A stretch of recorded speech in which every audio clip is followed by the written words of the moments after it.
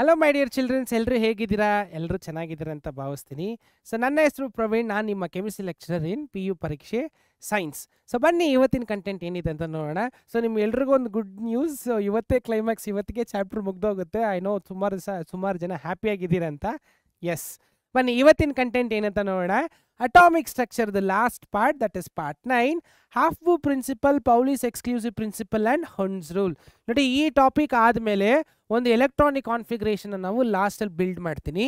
So ಅದೇ ಥರ ನೀವು ಬಿಲ್ಡ್ ಮಾಡಬೇಕು. ಒಂದು ಸ್ವಲ್ಪ ಕ್ವೆಶನ್ಸ್ನ ನಾನು ಕೊಟ್ಟಿರ್ತೀನಿ, ಅದನ್ನು ನೀವು ನೋಡ್ಕೊಂಡು ಮನೇಲಿ ಹೋಮ್ವರ್ಕ್ಸಾಗಿ ತೊಗೋಬೇಕು. ಅರ್ಥ ಆಯ್ತಲ್ಲ? ಸೊ ಬನ್ನಿ ವಿಡಿಯೋ ಒಳಗೆ ಹೋಗೋಣ. Yes, Aufbau's principle. So Aufbau ಅಂದರೆ ಲ್ಯಾಟಿನಲ್ಲಿ ಕನ್ಸ್ಟ್ರಕ್ಷನ್ ಅಂತ ಅರ್ಥ. ಹಾಫ್ಬೂ ಅಂದರೆ ಏನಂತ ಲ್ಯಾಟಿನಲ್ಲಿ ಕನ್ಸ್ಟ್ರಕ್ಷನ್ ಮಾಡೋ ಒಂದು ವಿಧಾನನ ನಾವು ಹಾಫ್ಬೂ ಪ್ರಿನ್ಸಿಪಲ್ ಅಂತ ಕರಿತೀವಿ. Okay, yes, it states that filling up of electron in an atom or orbital of a various subshell takes place in the order of increasing energy.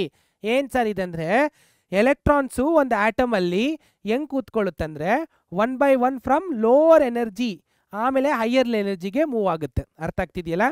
ಅಂದರೆ ಆಟಮಲ್ಲಿ ಎಲೆಕ್ಟ್ರಾನ್ಸ್ ಹೆಂಗೆ ಕೂತ್ಕೊಳ್ಳುತ್ತಂದರೆ ಲೋವರ್ ಎನರ್ಜಿಯಿಂದ ಹೈಯರ್ ಎನರ್ಜಿಗೆ ಹೋಗ್ತಾ ಇರುತ್ತೆ. So ಇದನ್ನು explain ಮಾಡಿರೋರು ಯಾರು? ಅಂದರೆ ಇದು ಹೆಸರು ಅವ್ರದ್ದಲ್ಲ, ಹಾಫ್ಬೂ ಪ್ರಿನ್ಸಿಪಲ್ ಅಂತ ಕರಿತೀವಿ. Okay, so Aufbau principle is based on n+L sub rule, where n is equal to principal quantum number and L is equal to azimuthal quantum number. So n+L ರೂಲ್ನ follow ಮಾಡುತ್ತೆ. ಯಾವುದು? ಹಾಫ್ಬೂ ಪ್ರಿನ್ಸಿಪಲ್. ಎಲೆಕ್ಟ್ರಾನ್ಸ್ ಹೆಂಗೆ ಅಂತ ಸುಮ್ಮನೆ ಹೇಳ್ತೀನಿ, ಕೇಳಿಸ್ಕೊಳ್ಳಿ. Electrons ಆಟಮಲ್ಲಿ arrange ಆಗಬೇಕು. Different types of orbit ಇರುತ್ತೆ. ಈ ಆರ್ಬಿಟಲಲ್ಲಿ ಯಾವ್ದು ಫಸ್ಟ್ ಕೂತ್ಕೊಳ್ಳುತ್ತೆ, ಯಾವ್ದು ಸೆಕೆಂಡ್ ಕೂತ್ಕೊಳ್ಳುತ್ತೆ ಅನ್ನೋ ಕನ್ಫ್ಯೂಷನ್ ಬಂದರೆ ಹಾಫ್ಬೂ ಪ್ರಿನ್ಸಿಪಲ್ ಇಟ್ಕೊಂಡು ನಾವು ಇದನ್ನು ಕ್ಲಾರಿಫೈ ಮಾಡ್ಕೋಬೋದು. ಅರ್ಥ ಆಗ್ತಿದ್ದಿಲ್ಲ? ನಾನು ಇದನ್ನು ಒಂದು ಪ್ರಾಬ್ಲಮ್ನ ಇಟ್ಕೊಂಡು ನಿಮಗೆ ಎಕ್ಸ್ಪ್ಲೇನ್ ಮಾಡ್ತೀನಿ, ಅದುವಾಗ ಇನ್ನೂ ಈಸಿಯಾಗಿ ಅರ್ಥ ಆಗುತ್ತೆ. ಇಲ್ಲಿ ನೋಡಿ, for example 3D and 4S ಅಂತ ಇದೆ.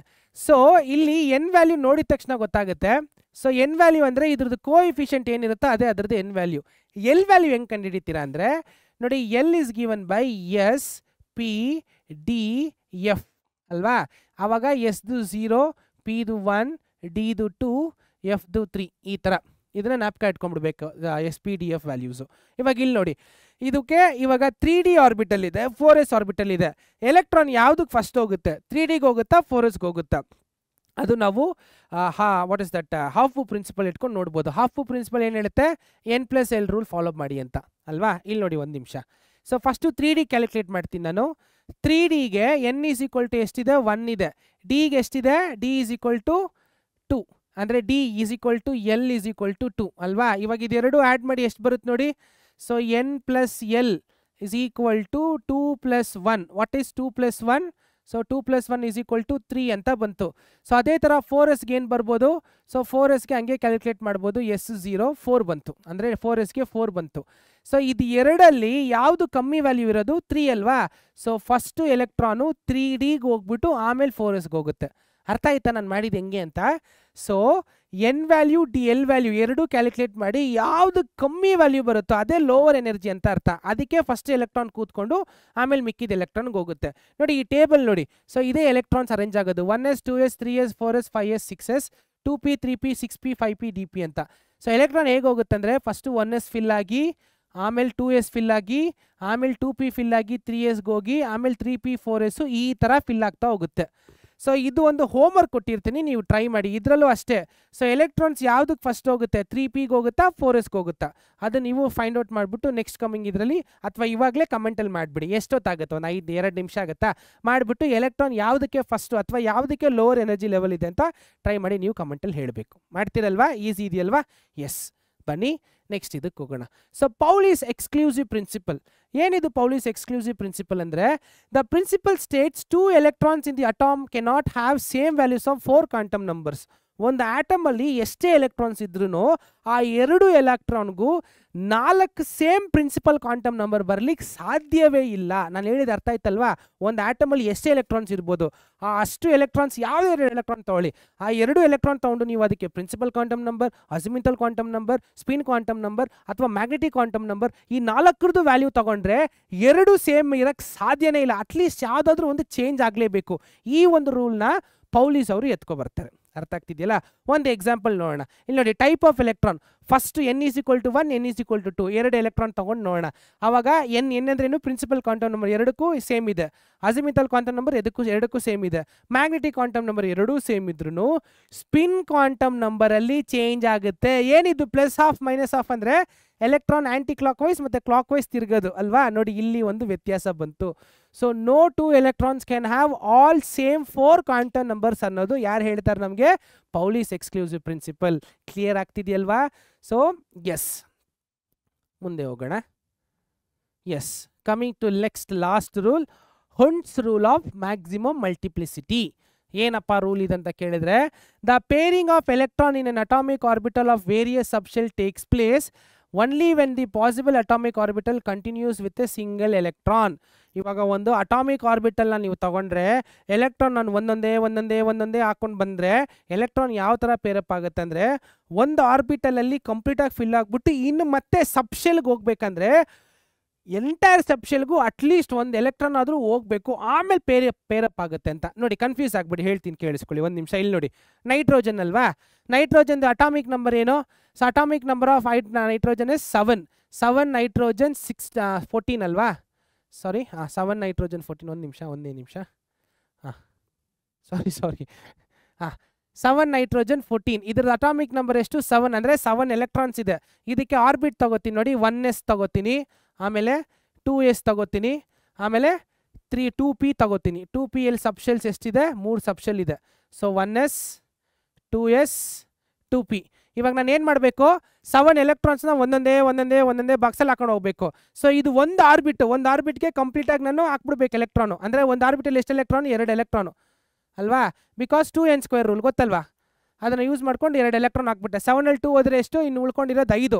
5ಅಲ್ಲಿ ಇನ್ನೂ ಎಸ್ಸಲ್ಲಿ 2 ಹಾಕ್ಲೇಬೇಕು ಕಂಪಲ್ಸರಿ, ಯಾಕಂದರೆ ಫಿಲ್ ಆಗಬೇಕು. 4 ಎಲೆಕ್ಟ್ರಾನ್ ಹೋಯ್ತು. ಸೊ 7ಅಲ್ಲಿ 4 ಹೋದರೆ ಎಷ್ಟು? ಇನ್ನು ಎಷ್ಟಿರೋದು? 3 ಇರೋದು. ಈ 3 ಎಲೆಕ್ಟ್ರಾನು ಈ 3 ಆರ್ಬಿಟಲ್ಗೆ 2 ಅಂತೂ ಹಾಕಕ್ಕೆ ಸಾಧ್ಯ ಇಲ್ಲ. ಸ್ಟಾರ್ಟಿಂಗಲ್ಲಿ 2 ಹಾಕೋಕ್ಕಾಗಲ್ಲ. ಸೊ ಅಕಸ್ಮಾತ್ ಇವಾಗ ಇದೇ ಥರ ನಾವು ಹಿಂಗೆ ಹಾಕ್ಬಿಟ್ರೆ ಇದು ತಪ್ಪಾಗುತ್ತೆ, ಹಿಂಗೆ ಮಾಡಬಾರ್ದು, ಹಿಂಗಾಗಲ್ಲ. ಸೊ ಅದೇ ಹುಂಡ್ಸ್ ರೂಲ್ ಏನು ಹೇಳ್ತಾನಂದರೆ, ಸೊ 2 ಆರ್ಬಿಟಲ್ ಫಿಲ್ ಮಾಡಿದ್ಮೇಲೆ ಸಬ್ಶೆಲ್ ಬಗ್ಗೆ ಮಾತಾಡುವಾಗ 3 ಎಲೆಕ್ಟ್ರಾನ್ ಅಥವಾ ಎಷ್ಟೇ ಎಲೆಕ್ಟ್ರಾನ್ ಇರಲಿ, ಫಸ್ಟು ಒಂದೊಂದು ಎಲೆಕ್ಟ್ರಾನ್ ಒಂದೊಂದು ಸಬ್ಶೆಲ್ಗೆ ಹೋಗಲೇಬೇಕು. ಫಾರ್ ಎಕ್ಸಾಂಪಲ್ ಇನ್ನು ಮಿಕ್ಕಿರೋದು 3 ಎಲೆಕ್ಟ್ರಾನು, 1 ಅಂತ ಬಂತು.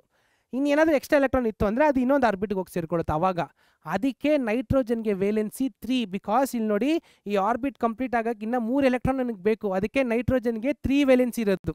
ಅರ್ಥ ಆಗ್ತಿದೆಯಾ? ಅದಕ್ಕೆ ನೋಡಿ NH3 ಅಂತ ಏನಕ್ಕೆ ನಾವು ಕರಿತೀವಿ? Because valency of nitrogen is 3, ಯಾಕಂದರೆ 3 ಎಲೆಕ್ಟ್ರಾನ್ ಬೇಕು ಇದಕ್ಕೆ. ನೋಡಿ ಎಲ್ಲಿಂದ ಎಲ್ಲಿ ಲಿಂಕ್ ಆಗ್ತಾ ಇದೆ ಅಲ್ವಾ.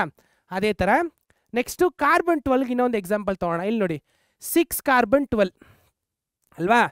ನೋಡಿ ಇವಾಗ ಸೊ ಅದೇ ಥರ 1s ಒಂದು ಆರ್ಬಿಟ್ ತೊಗೋತೀನಿ, ನೆಕ್ಸ್ಟು 2s ಒಂದು ಆರ್ಬಿಟ್ ತೊಗೋತೀನಿ, ಇನ್ನು ಒಂದು 3p ಅಲ್ವಾ. ಸೊ 2p ಒಂದು ಆರ್ಬಿಟು, 3 ಸಬ್ಶೆಲ್ಸ್ ಬರುತ್ತಾ, 6 ಎಲೆಕ್ಟ್ರಾನ್ ಹಾಕೊಂಡು ಹೋಗೋಣ. 1 2 1 2 ಇನ್ನು ಎಷ್ಟು ಉಳ್ಕೊಂಡಿದೆ? 4 ಹೋಯ್ತೀನಿ, 2 ಎಲೆಕ್ಟ್ರಾನೇ ಉಳ್ಕೊಂಡಿರೋದು. ನಾನೇನು ಮಾಡಬೇಕು? ಇಲ್ಲೊಂದು ಕೊಡಬೇಕು, ಇಲ್ಲೊಂದು ಕೊಡಬೇಕು. ಬಟ್ ಈ ಆರ್ಬಿಟಲ್ ಕಂಪ್ಲೀಟಾಗಿ ಎಲೆಕ್ಟ್ರಾನ್ಸ್ ಫಿಲ್ ಆಗಬೇಕಂದ್ರೆ ಇನ್ನು ಎಷ್ಟು ಎಲೆಕ್ಟ್ರಾನ್ ಕೊಡಬೇಕು? 1 ಇನ್ನೊಂದು ಇಲ್ಲಿ ಕೊಡಬೇಕು, 1 2 3 4 ಅಂದರೆ ಇನ್ನು 4 ಎಲೆಕ್ಟ್ರಾನ್ ಬೇಕು ಈ p ಆರ್ಬಿಟಲ್ ಫಿಲ್ ಆಗೋಕ್ಕೆ. ಅದಕ್ಕೆ ಕಾರ್ಬನ್ಗೆ ವೇಲೆನ್ಸಿ ಎಷ್ಟು? 4. ನೋಡಿ ಎಷ್ಟು ಚೆನ್ನಾಗಿದೆ, ಅರ್ಥ ಆಗ್ತಿದೆಯಾ? ಅದಕ್ಕೆ ಕಾರ್ಬನ್ದು ವೇಲೆನ್ಸಿ ಎಷ್ಟು? 4. C4 ಮೀಥೇನ್ ಅಂತ ಓದಿದ್ದೀರಾ ಇಲ್ವಾ? C4 ಯಾಕೆಂದರೆ ಕಾರ್ಬನ್ಗೆ ಏನಕ್ಕೆ 4 ವೇಲೆನ್ಸಿ ಬಂತು ಅಂದರೆ ಅದ್ರದ್ದು ಸಬ್ ಔಟರ್ ಮೋಸ್ಟ್ ಆರ್ಬಿಟಲ್ಲಿ 4 ಎಲೆಕ್ಟ್ರಾನ್ ಬೇಕಾಗುತ್ತೆ. ಸೊ ಈ ಥರ ಒಂದು ಆಟಮ್ದು ವೇಲೆನ್ಸಿ ಎಷ್ಟಿದೆ ಅಂದರೆ ಅದರದ್ದು ಅಟಾಮಿಕ್ ಆರ್ಬಿಟಲ್ ಅಥವಾ ಎಲೆಕ್ಟ್ರಾನಿಕ್ ಕಾನ್ಫಿಗರೇಷನ್ ಇಟ್ಕೊಂಡು ನಾವು ಕಂಡುಹಿಡಿಬೋದು. ಅರ್ಥ ಆಯ್ತಲ್ಲ? ಎಸ್ ಸೊ ಇಲ್ಲಿಗೆ ಅಟಾಮಿಕ್ ಸ್ಟ್ರಕ್ಚರ್ ಅನ್ನೋ ಚಾಪ್ಟ್ರು ಕಂಪ್ಲೀಟಾಗಿ ಮುಕ್ತಾಯವಾಯಿತು. ಸೊ ನಾನು ನಿಮ್ಗೆ ಹೇಳೋದಿಷ್ಟೇ, ಈ ಚಾಪ್ಟ್ರು CET ವೈಸ್ ಆಗಿರಲಿ ಅಥವಾ ಥಿಯರಿ ವೈಸ್ ಆಗಲಿ ತುಂಬಾ ಇಂಪಾರ್ಟೆಂಟು. ನಿಮ್ಗೆ ಯಾವ ಟಾಪಿಕ್ ಬೇಕಾಗುತ್ತೋ ಆ ಟಾಪಿಕ್ನ ಸೀರೀಸ್ನ ನೋಡಿಕೊಂಡು ಎಂಜಾಯ್ ಮಾಡಿ ಪಾಠನ ಕಲ್ತ್ಕೊಳ್ಳಿ. ಕಷ್ಟಪಟ್ಟು ಏನೇ ಒಂದು ಮಾಡಿದ್ರೂ ನಮ್ಮ ಮನಸ್ಸು ಅದನ್ನು ಒಪ್ಪಲ್ಲ. ಅರ್ಥ ಆಗ್ತಿದೆಯಲ್ಲ? ಯಾವುದೋ ಒಂದನ್ನು ಇಷ್ಟಪಟ್ಟು ಮಾಡಬೇಕು. ಸೊ ಇಷ್ಟಪಟ್ಟು ಮಾಡಬೇಕಂದ್ರೆ ಫಸ್ಟ್ ಅದ್ರ ಮೇಲೆ ನಮ್ಗೆ ಆಸೆ ಆಗಬೇಕು. ಆಸೆ ಹೆಂಗಾಗುತ್ತೆ ಅಂದರೆ ಅದರಿಂದ ನಮ್ಗೆ ಏನು ಬೆನಿಫಿಟ್ ಸಿಗುತ್ತೆ ಅನ್ನೋದು ಫಸ್ಟ್ ತಿಳ್ಕೊಬೇಕು.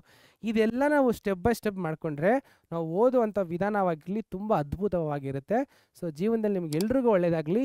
ಇನ್ನೊಂದು ಬ್ಯೂಟಿಫುಲ್ ಚಾಪ್ಟ್ರಲ್ಲಿ ನಿಮ್ಮನ್ನು ಮೀಟ್ ಮಾಡ್ತೀನಿ. ಸೊ ಅಲ್ಲಿ ತನಕ tata, bye bye, take care. So bye, ಶುಭವಾಗಲಿ.